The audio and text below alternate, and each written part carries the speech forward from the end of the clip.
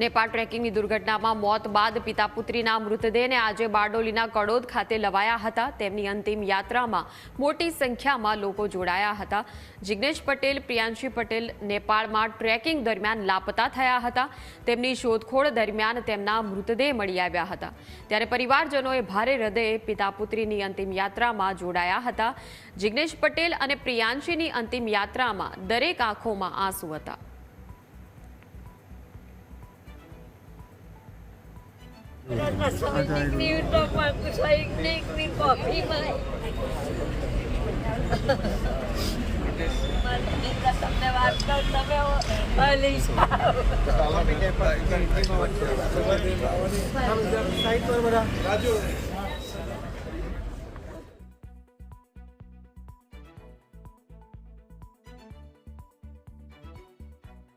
તરીકે મને આજે બે શબ્દ બોલતા પણ દુઃખ વ્યક્ત કરું છું, કારણ કે એક એવું ભાવિ જે અમારા ગામનું એક રતન હતું, કારણ કે આજે આટલી બધી સિદ્ધિ હાસિલ કરીને જ્યારે નેપાળ અન્નપૂર્ણા પર્વત 3ની ઉપર જ્યારે એમની દીકરી સાથે એક રેકોર્ડ બનાવવા જઈ રહ્યા હતા, ત્યારે આ જે ઘટના બની છે એ સમગ્ર પંથકની અંદર અને સમગ્ર ગુજરાતની અંદર દુઃખની લાગણી લોકોએ વ્યક્ત કરી છે।